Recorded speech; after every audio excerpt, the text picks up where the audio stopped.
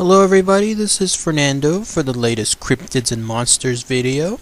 As promised, here is a whole new series of Cryptids and Monsters based on your suggestions.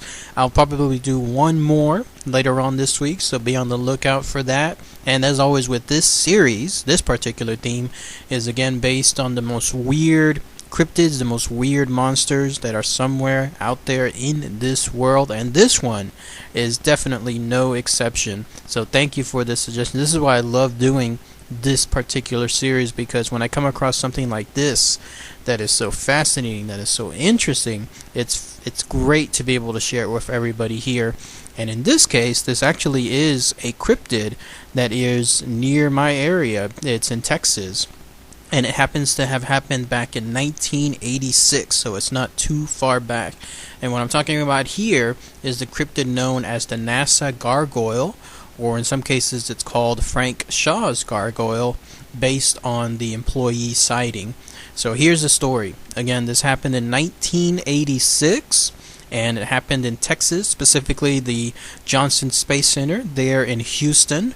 And it happened to do with one employee named Frank Shaw, who was a NASA employee there, unknown if he was like an engineer or if he was some kind of other type of employee. But the key thing was he was there in NASA, he experienced this, and this is what he had to say. By the way, what's interesting to note is that this explanation actually came from his daughter named Desiree.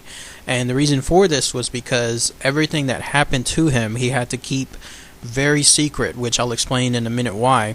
And so his tale was essentially told to Desiree, his daughter, who in turn told the tale to an author named Nick Redfern in 2004. So about maybe 20 years almost until that story was told. Again, it had to be kept so secret, and you'll know about this why here in a minute.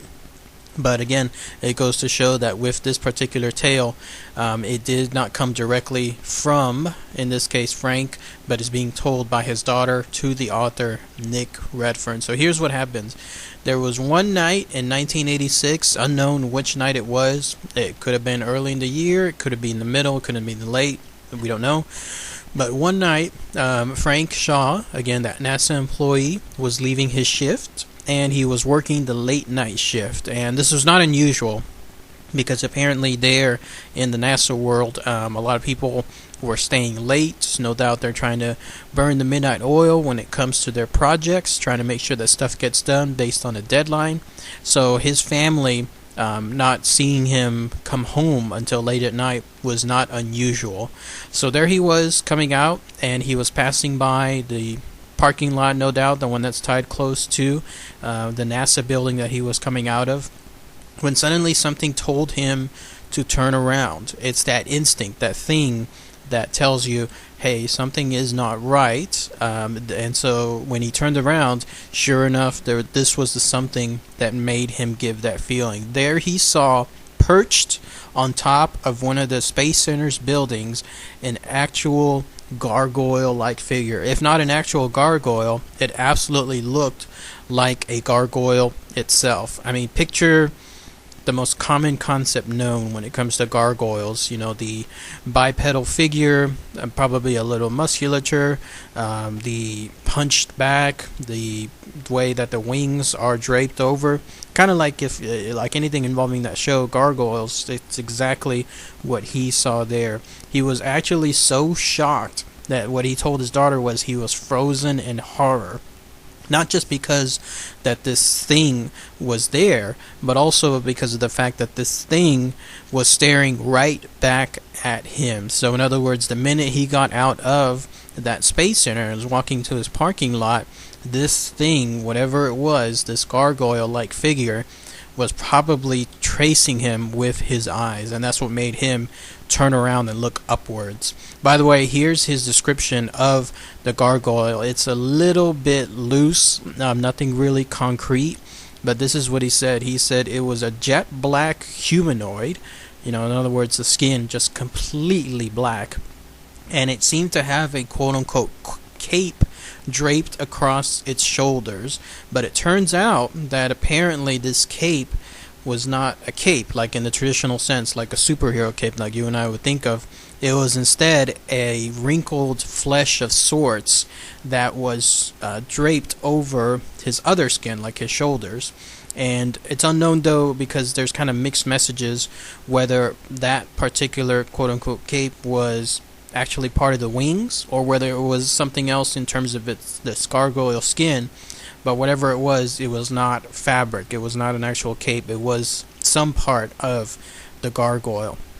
And then as he was staring at this particular creature, and the creature was staring back at him, this guy Shaw, he said that, and when he told his daughter, he said he felt an immense fear. And not just at the fact that this terror was coming at seeing something so unusual, but he felt this fear because he sensed, and as crazy as it sounds, he sensed that this thing that was staring right back at him, probably having a big, like, giant evil type grin, it was savoring, quote unquote, savoring the fact that it was causing so much fear to this little man. That is very creepy. Imagine something, staring right back at you. You're getting scared. It knows you're getting scared, and it is enjoying it. Like, it is making its day to see this. And it was at this point that this quote-unquote gargoyle, again, I keep saying gargoyle because that's the closest description of what this thing is. Who knows if it was an actual gargoyle, but based on the appearance, based on the description, it fits everything associated with the classic gargoyle. In any case, it was at this point that there was a strange crackling noise coming out of the creature, and it actually had to do with its wings. These wings that were slowly unfurling from its body. Again, it could have been part of that extra skin that made up its cape. It could have been something else. But these wings unfurled like a classic bat-like wing is probably the closest description, but it was causing this very creepy crackling noise. And this is what actually set this guy Shaw, like, snapped him out of the trance that he was in, because at this point, this creature suddenly, after it unfurled its wings, it rushed him, like it pushed the wings up and down in a quick flapping motion, which caused it to fly straight upwards to the sky. And it was at this point that Shaw just ran for the life of left in him. I mean, he ran as quickly as possible straight to his car. Tried to get there again as quickly as possible, not knowing if this thing was actually going to chase him. It turns out that it actually did not chase him. Instead, it just, again, flew straight up into the night and disappeared. But from this guy Shaw's perspective, knowing that this thing was out there flying up in the air, who knows, about to come down and dive straight towards him, he was just running for the life of him straight to the car. He managed to turn on the car, turn on the engine, and then he drove as quickly as he could straight home. He actually met his daughter and her mother, his wife, right at home, and they were startled at seeing how something like him, being so flustered, being so exasperated, having sheer terror on his face, what had happened, and he explained it to him. She explained it to them, I'm sorry. And it was at this point that the whole story came out. But the one thing that he did not do was he did not tell anyone else, at least temporarily. And this was because when you think about it, you step outside the box and you look at just what happened. You just saw a gargoyle. How do you explain this to everyone at your work? How do you explain this to your friends? How do you explain this to others? They're going to look at you like you're kind of nuts. So from that point, at least temporarily, him, his daughter, and his wife all agreed that whatever had happened, they would just keep it to themselves. It's actually interesting, too, to note that they believed him. Like, they believed him right away. Such is the strength, I guess, of the bond that they had between them as family members, because they did not take this, whatever this story was and all his fantasy, they did not take this as a tale of, let's say, inebriation. They did not take this as a tale of misinterpreting something like as common as an owl. No, they actually believed him and his story, so they kept it all to themselves nonetheless.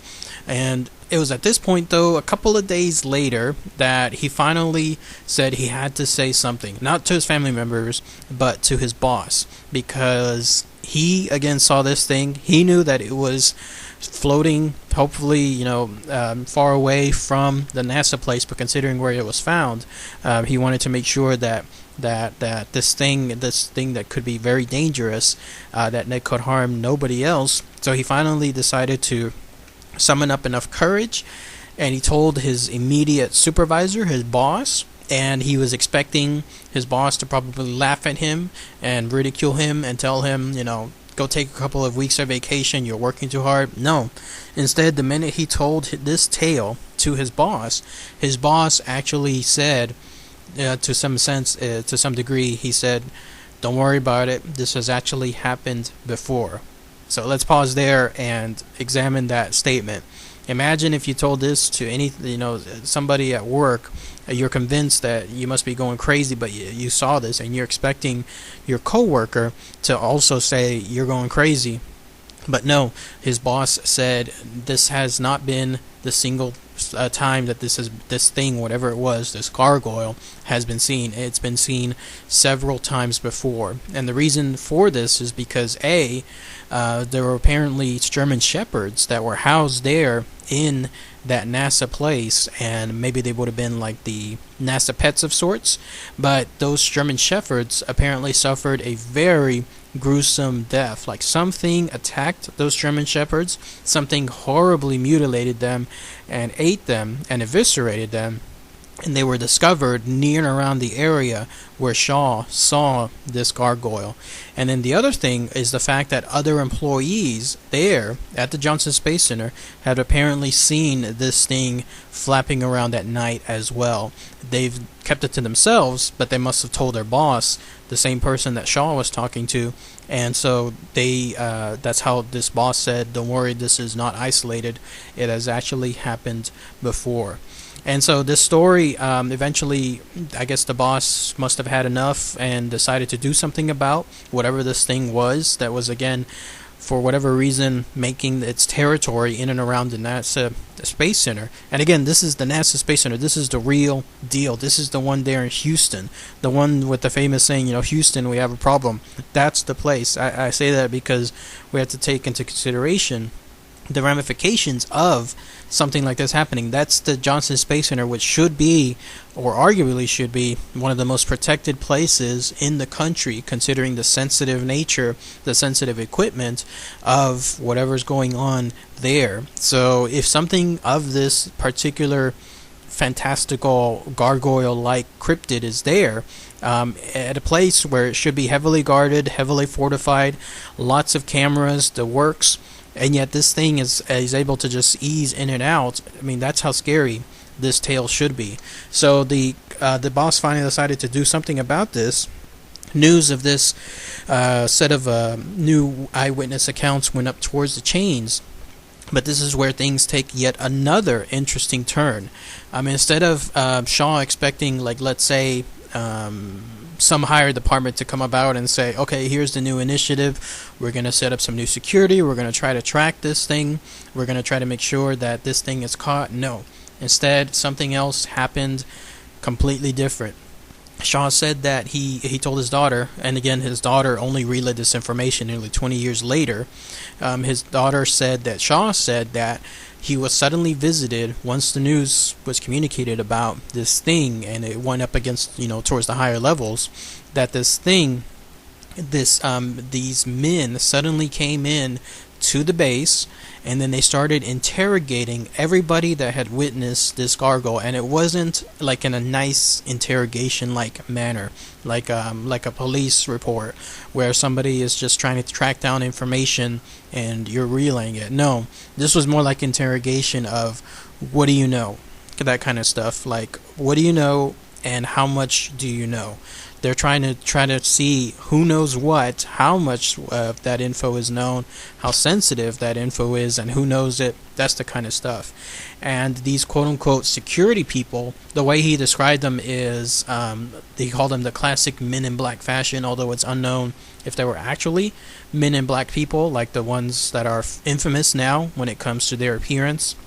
But he said these quote-unquote security people made it clear after the interrogation was done, not just to Shaw, but to his family, because they were aware at this point that Shaw's family, he had told them about this. He said it would be in their best interests to never tell anyone else about what they had seen and about what had happened forever. And they made it clear, probably in a sense involving some kind of veiled threat about what could happen if they decide to break that rule. And so that's why, as I mentioned earlier, this story only comes from his daughter telling it nearly 20 years later, because the family decided to do just that. They didn't want to get into any more trouble. They didn't want to have anything else happen to them. It's here today, gone tomorrow, that kind of stuff. They just wanted to ensure that they wanted to live their normal lives and not have anything else happen, and so they kept it quiet. Shaw did, at least. And finally his daughter told a tale in 2004. It's unknown why his daughter was the one that told it, because the stories don't say if Shaw is maybe still alive or if he decided, I'm not going to tell it, but go ahead, daughter, and you tell it. You tell it, Desiree. Or maybe if, as another alternative, Desiree decided, you know what, it's finally time somebody hears this, against even the objections of Shaw himself. But whatever happened, 18 years later in 2004, that's when his daughter Desiree revealed it to that author, and in turn revealed it to the public. So very, very freaky stuff. Unfortunately, there's no other tales tied to the NASA Gargoyle. This seems to be the only one. Those other employees that, again, might have seen and encountered this particular entity, they haven't come forward with anything else. Anybody else, maybe they might have told their family members about it. If they have, they haven't come forward either. It just all remains from one eyewitness account, and that is this gentleman, Mr. Shaw, who in turn told his daughter and their family, and they're the only ones really that have this experience. Pretty freaky stuff. If anyone has any more info about the NASA Gargoyle and how, again, strange and bizarre that this could happen, again, at one of the most fortified, secured, highly sensitive places in the U.S., if not potentially the world, how something like this, a cryptid of this sort, could just go in and out as if it's basically 100% unaffected by any of the security. Very, very interesting, very fascinating, very weird how this happens. So if anyone has any more information tied to this very fascinating story, please, post your comments, share them below. Thank you again for the suggestion, and this is the stuff that I look for. So again, the NASA Gargoyle happened 1986, Houston, Texas. Very creepy stuff. So, alright everybody, thanks again as always. Take care.